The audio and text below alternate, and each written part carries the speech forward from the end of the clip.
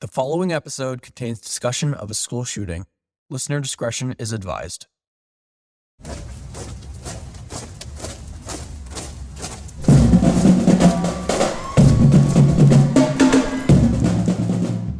It's September 2022. The Saugus High School Marching Centurions are about to show the world what we're made of and make Saugus history. Watch out, man. Saugus is coming. Move out of the way. It's happening. But it's been a long, long road to get here, filled with twists and turns, adversity, and heartbreak. Let me give you a little history.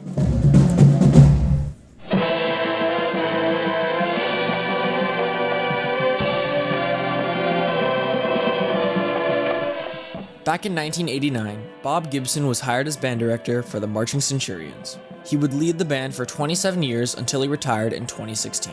The program had been, for a long time, just kind of falling down just a bit. And I think just because the old band director was just a little tired, he was retiring. He was just kind of done.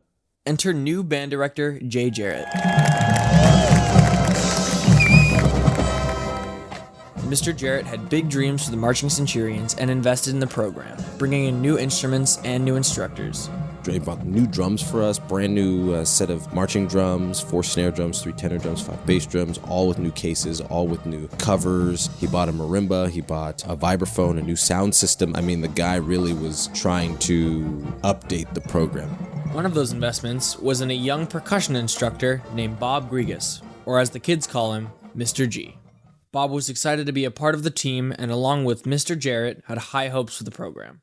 I thought, wow, we're going to start this whole thing together. We're going to make it happen. And then 2 years later, he's like, yeah, I'm going to leave. And I said, what's going on? Where are you going? And he said, I'm going to be a minister. He left Saugus to become a youth minister. I was a little nervous because I really wanted to start this program. And I thought, if we get another band director in here, someone else is going to try to change some stuff, or I could potentially just lose my job. Someone might have another percussion instructor. While Bob worked at Saugus High, he also had a job as percussion director at another school in Pasadena. I meet Rob Guzman, who's the color guard instructor there, who had been there for 9 years. And then I meet Corey Witt. He just came in from Wisconsin. He knew a lot about Midwestern band, and Rob and I knew a lot about Southern California West Coast band. And it was really interesting to kind of get his perspective and how they did everything. And he did amazing at that school. With Mr. Jarrett leaving, Bob had an idea. I talked to Corey and I said, hey man, what are you doing next year? And he said, I'm going to leave California. I'm going back to Wisconsin. I'm not going to stay here. So I said, hey, there's a job opening up at Saugus. Would you be interested in doing that? And he said, no, I'm not going to do that. And I was like, come on, man, it's great. Like, it's really family oriented. It's kind of like the Midwest. You'd like it. And he said no. But Bob didn't give up. I had talked to some teachers and administrators at Saugus. I said, I know a guy. They're like, he needs to send in his paperwork now. So I called Corey and said, if you turn in your paperwork like right now, they'll consider you for an interview. And he turns his stuff in at 11:59 at night. And so then he gets the interview and he wins everybody over and gets the job. And it was fantastic. What was really nice was we were able to bring in Rob Guzman as well. And so he said, Saugus is open. Why don't you come on over here? And so then that's how all three of us started working together. Mr. Witt won the students over with his humor and Midwest charm. You know what I love to hear? You know what just is like chicken soup for my soul? Great intonation. Nobody knew anything about him. He was just this silly little guy who came into Saugus. Zach Pallup, bass clarinet player and freshman at that time. He really focused on the playing aspect and sounding good. And he had this whole idea of what we should be thinking about when we're playing. And I think that was really different than anyone had ever experienced. Everybody was now suddenly getting used to a very, very different band director with a very different outlook on what he wanted the band to be. And Witt was a very unique person. I mean that in the nicest way, you know. Mr. Witt quickly became well-loved. Ben Bartel was also a freshman that season, playing the saxophone. Mr. Witt got off on the perfect foot. He knew exactly how to run a band. He did everything he could to make sure that we felt that we could prosper. And it was really important that we had such an astounding leader. Corey Witt, along with percussion director Bob Grigas and color guard instructor Rob Guzman, had one goal: 2018 SES BOA Championships. It was a pretty lofty goal considering how the year before had turned out. We didn't make it. We were like one of the lowest bands in the 4A. We were like 24th, something like that. Our goal was, okay, let's at least just try to get into championships this year if we can.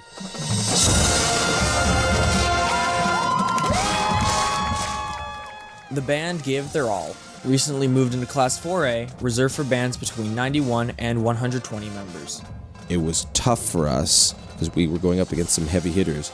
We had a great season. We're just trying to get in. They only take 12, the top 12 for championships in each division. It was a tough season for many. One of our last competitions I remember was Valencia in early November. Katie Hubbard has been a band mom and Booster Club volunteer for the past 9 years. She's had 3 sons go through the program, and she's seen a lot. I was in the parking lot with the kids while they were warming up, and you could smell the smoke and the wind. And you wondered, like, it was ominous and like, is this the end? How is this going to turn out? Like, we really want to get to championships. I think even that night during the competition, one of the color guard flags took flight and actually hit somebody in the face. It was horrible. They discovered that night in Valencia, as smoke filled the air, the band and color guard actually had a chance to make it to championships. They just needed one more high score. The band was struggling, but we were getting really close, and we had one more performance that we had to do to get this score. And if we would have gotten this score, we would have been able to go to championships in that division, which we hadn't done before. It all came down to Moore Park, the final competition of the season. That year, there was just a lot of fires. A lot of fires. There were times we couldn't rehearse because of smoke and health hazards and all these things. They had canceled 2 or 3 different competitions. It was the morning of Moore Park. Zag was about to head to Saugus High to join the band and guard on the bus when he got a text. We had a group chat with all like my close friends, and they were just like, yeah, Moore Park just got canceled. And we were just like, oh crap, like what? The Woolsey Fire blazed through LA and Ventura County in November 2018, burning over 96,000 acres, destroying over 1,600 structures, and forcing the evacuation of more than 295,000 people and freeways to shut down. The Heart District wouldn't let us go because they said it's just not safe. We don't want the kids to travel, and the kids were crushed. That prevented us from making it into championships. That was the last score that we needed in order to get there.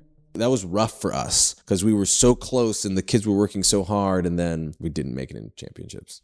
There were seniors who were leaving, and that was the end of their marching season. So I think it was tough on a lot of people. 1 year later, fall 2019. Coming off the disappointment of the previous season, the band struggled. So what happened with 2019 was we just didn't take off right away. The scores were lower. It was just a struggle to get things rolling. Going into that marching season, as a band, I feel like our joy just wasn't as immense. And the season wasn't without its share of mishaps. We had this prop that would have smoke that came out of the prop, but it never worked. It might have worked once or twice. Through the whole season, we had like 9 shows or something like that, and I think it worked maybe the first time and then the last time. So you'd have to get up on this prop. It was this big circular thing, and you'd stand on it. It's really big. It's gigantic. And when you stand up, you pull open these doors that would have these flames come up, and they were like silk. There was a wind machine underneath that would blow the air up, and when you opened it, then smoke would come out. And so then you'd have this like waving, look like flames and smoke. But sometimes the wind machine wouldn't work, so then there's no fire, so you'd open up this hatch, and then the kid has his arms open, standing up like this with his hands out, and nothing's happening, and it's like this is supposed to be this big moment, and then it's like, oh my gosh, what's going on? Nothing's happening. And then sometimes the wind machine would work, but then there'd be no smoke.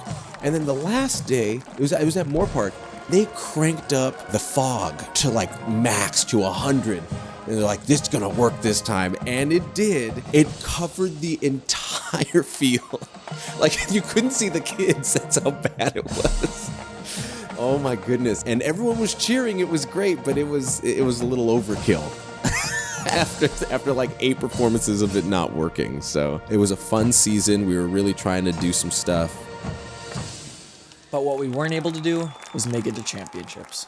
We didn't make it and we got 13th place. We were so close. We were really close. A couple of points, if that. It was our middle son's senior year, and he was just crushed because he'd really wanted to be able to go. We didn't go to championships, which meant we didn't need to rehearse. So then we were starting to do the auditioning process. After the marching season ends, all musicians audition for second semester placement, landing in either wind ensemble or a concert band. People were sort of in and out of the band room. Everybody was practicing their auditions. November 14th, 2019. They were all in different places all over the building, in the band room and then outside even. We were just walking and we heard the first loud pop. Grace Goldstein was a sophomore and member of the Color Guard. It felt like a good minute later, but I knew it was only a couple seconds later that the second pop happened. And I don't think anyone thought twice. We all just started running. We're coming on to report what appears to be another school shooting, this one happening at Saugus High School in Santa Clarita, California, just north of Los Angeles. I texted them, there's something happening in the quad, lock the door. Get in the guard room, get band kids, lock the door. In a very scared manner, we set down our instruments and we all flocked to the music library. I was extremely fortunate because that's one of the safest places to be on campus during an event like that. So we were in there, we were terrified, and we were really in shock. Mr. Whitkey had, 20 kids stuffed in his office, just like tightly packed together. I remember this in the most vivid detail of any moment of that day. There was a knock on the door, a pounding.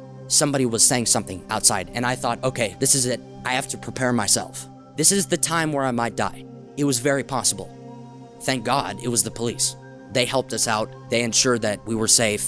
I'm getting phone calls from my friends from the Antelope Valley, from everywhere else. It's like, hey, are you okay? He's like, yeah, I'm fine. Like, what's going on? I'm heading to school right now. The one day where I said, I'll come in a little bit later. And then the shooting happened. I was angry because I wasn't there to be with them and I couldn't do anything. Like, that was the one thing that really bothered me a lot. The one day that I decided to show up late, I'm not there with my students. The idea, the notion that such an event could occur in a safe community like Saugus, it's unthinkable. We all got together at the vigil in Central Park. The following day or the day after that, the kids really wanted to be together. I remember having ribbons that the Valencia band had made for the band kids and picked those up and was able to pass those out at the vigil to just let them know that they were loved and they were being taken care of. Other bands in the whole Heart District were super supportive. The other bands actually made stuff for us that we hung up in the band room. There's a big Saugus Strong poster that I think somebody made. West Ranch, Canyon, they all did stuff for us. There were 3 different bands that were at 4A championships. I think it was Heart and West Ranch and maybe a third band, but they had all taken a picture together on the field and they all just screamed out, "We love you, Saugus!" And it was really special. We love you, Saugus! It would be weeks before students were back in school, but the impact of that day continues, even today. If any sound had occurred, like any big sound, kids would freak out. Students would start crying. I remember one time I was rehearsing the band and some loud bang had happened outside and student had started getting like a panic attack and started huffing and puffing. It's like, oh my goodness, this is rough. And I've been in a lot of crazy situations in high schools, but I hadn't been in a school shooting like that before. I saw how it outwardly afflicted and affected so many people in band, outside of band. I think we're still even experiencing it. There's a little bit of just hurt and pain that doesn't go away after trauma like that. You move forward, but it's always a part of your story and it affects you. And I think things affect you differently because you walked through that. Because of that event, we saw band as an opportunity to really live, and we had to live it to the fullest. I think it was good for people to realize what we had and what we need to keep in our lives.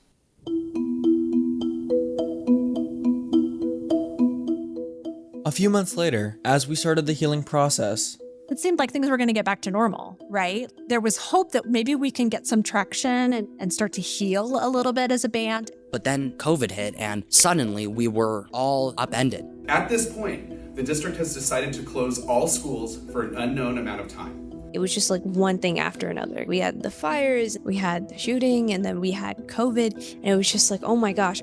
It was during my English class that my coach had posted on our band app, our season has been canceled. We don't have Winter Guard championships anymore.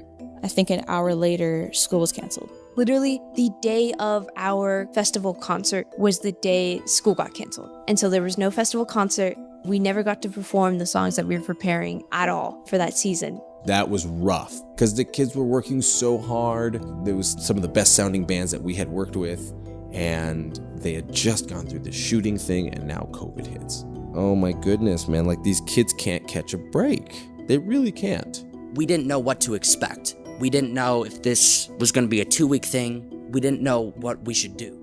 I thought it would last about a week or 2 weeks.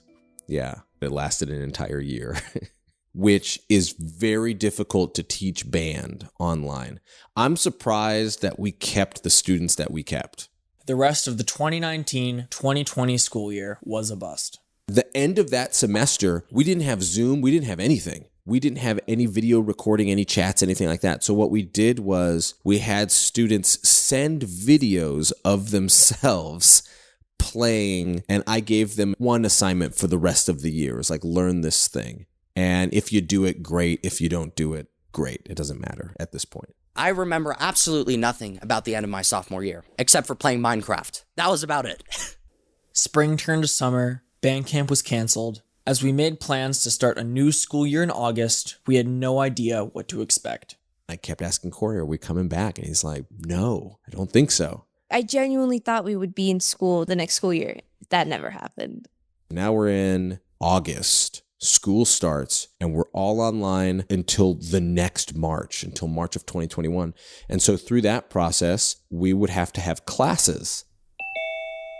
I think you're muted. You're muted. You got to unmute yourself. Well, you know, we've only been doing this for a year, so, yeah. And so we would have class every day. It was so hard because how are you supposed to engage with students when they don't turn on their camera and they're in their PJs, and some of them were like laying on their bed, and we can't help them with their instruments either because there's only so much you can do over Zoom. Turn your head here, try to make your lips do this, put your finger here, and then I have a bad internet connection. Something's happening. There's always some excuse. And so that was really rough for us. Kids didn't want to communicate that way. They wanted to be face to face. I believe that would have been part of the healing process for them after everything they'd gone through, was to be able to make eye contact with their peers and hug each other and grow musically and be challenged and be supported by their teachers and coaches and band directors and everything. And they didn't get that opportunity. And some kids dropped out of band. Some kids didn't turn on their cameras. They didn't want to follow the rules. They didn't want to participate anymore. Like, it wasn't working. One of the many issues with going online is you don't remember anything because every day is the same expression of banality. It's nothing. If you are not able as a band to create something together in real time, it doesn't feel like a band. You have these freshmen coming in, some of them don't even know their instruments and they're struggling, they don't want to play. You have the senior class who doesn't see the point in band anymore because now they're online and there goes their last marching season. They've never been to championships. It was definitely an interesting year to try and live through. But through it all, Mr. Witt and Mr. G did their best to keep our spirits up. Corey was really good at this. He wanted to keep the kids engaged. We had like Scalomania and Rhythm Rumble, and there was these really good programs online that we could share our screen and we could still keep kids engaged. And okay, cool, clap this rhythm with us. All right, we're going to have something written up on the screen, play it with us. And whether they played it with us or not, we just wanted them to keep going. But during that time, he said they need to have some sort of physical education. And so Corey gave it to me to work out the band. So every morning I would work out the band. I'm like, I don't know what to do with these kids to work them out. And I've never taught a workout session.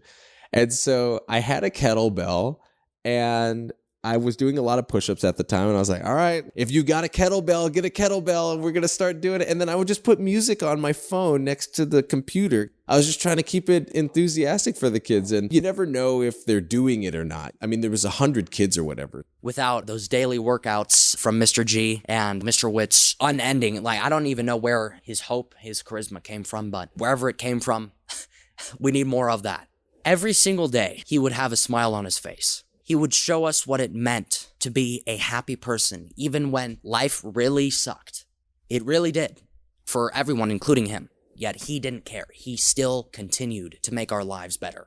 Then there were the concerts, the online Zoom concerts. We had to figure out a way for them to play the parts at home and record everything and then sync it up together. And 100 students trying to sync it up with the color guard, by the way. The color guard was with Rob, and Rob would be doing stuff in his backyard and have them do stuff in their backyard. And so they're trying to do all these routines with the little phone there, and they can't see anything. And it was so funny. And we are live.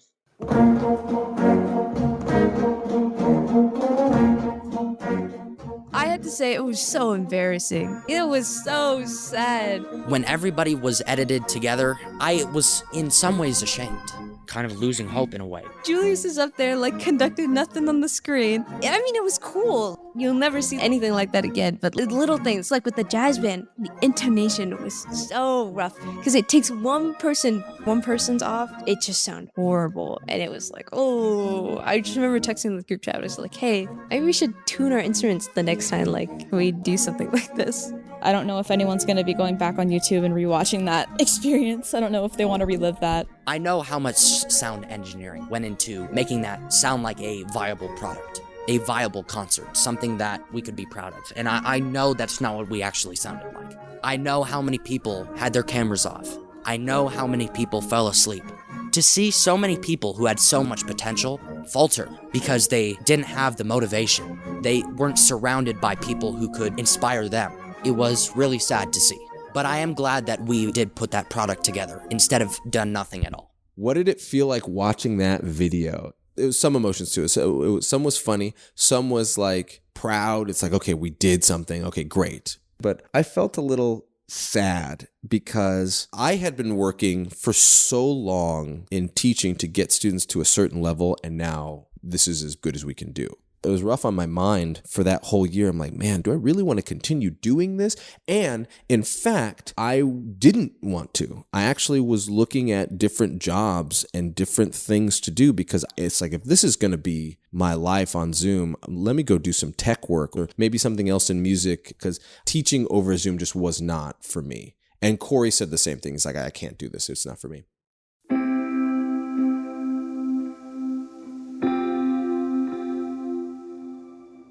On April 1st, 2021, Corey Witt made an announcement. It was like, I think I'm going to do it on April 1st. I'm like, dude, you realize that's like April Fool's Day. I don't know if that's a good idea.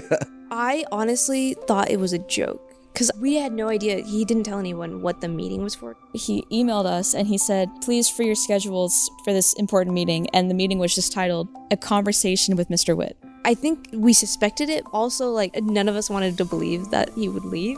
I finally have the opportunity to fulfill that promise that I made to myself, to finally say that I'm going to go to law school, to make myself proud, to live on the dream that I had.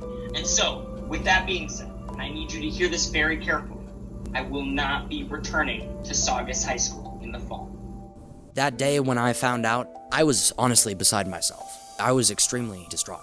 Dude, I was crying so hard. I love Mr. Witt. He was such a good band director. It was really sad because the kids loved him.